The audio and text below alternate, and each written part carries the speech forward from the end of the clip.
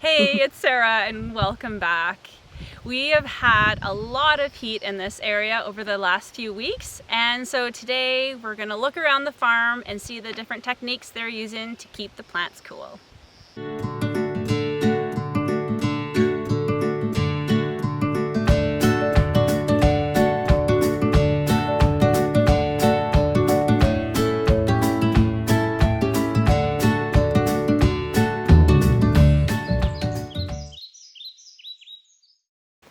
So these broccoli are in one of the hoop houses, and while it's been really hot, they've had a shade cloth put on the exterior of the hoop houses, so they're looking great. Both the leaves and the broccoli themselves are looking really healthy, in contrast with the broccoli that has been in the open field and hasn't received any shade.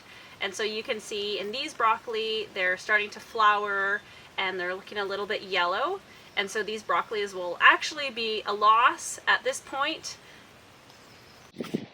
So the primary way he's protected his plants in the heat has been the shade cloth. So this offers about 20 to 25% shade, and this manually will go over the hoop houses. And so you don't want to get 100% shade. What you're aiming for is 20 to, I've read, up to 50% shade. So you still allow some photosynthesis in the plants, but you also offer some protection against the more intense heat. So he puts the shade cloth over these hoop houses, but it doesn't necessarily get 100% perfect coverage. So the tomato plants particularly are more susceptible to this intense heat. And the plants kind of on the edges of the hoop house are the ones that may not get the shade coverage. And so what happens is you can see these leaves are curling upwards, and that's just a sign that they've been stressed, particularly due to the heat.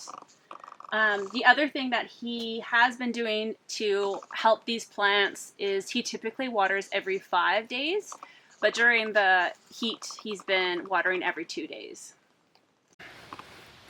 One of the problems with a lot of heat is the tomatoes want to split. So these guys are kind of splitting a bit of a star pattern at the top. And this has been quite common in the last few weeks with the heat, is that these tomatoes are splitting. So the other problem with a lot of heat is that your tomatoes aren't going to actually flower to produce fruit.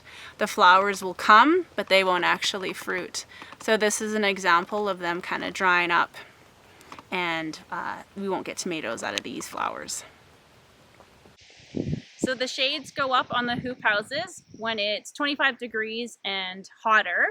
It's quite a bit of work to manually get all of the shades up on the hoop houses and the passive solar greenhouse. And so they'll aim to put the shades up, especially if it's consecutive days that are over 25 degrees Celsius, and that'll keep the plants a bit more protected.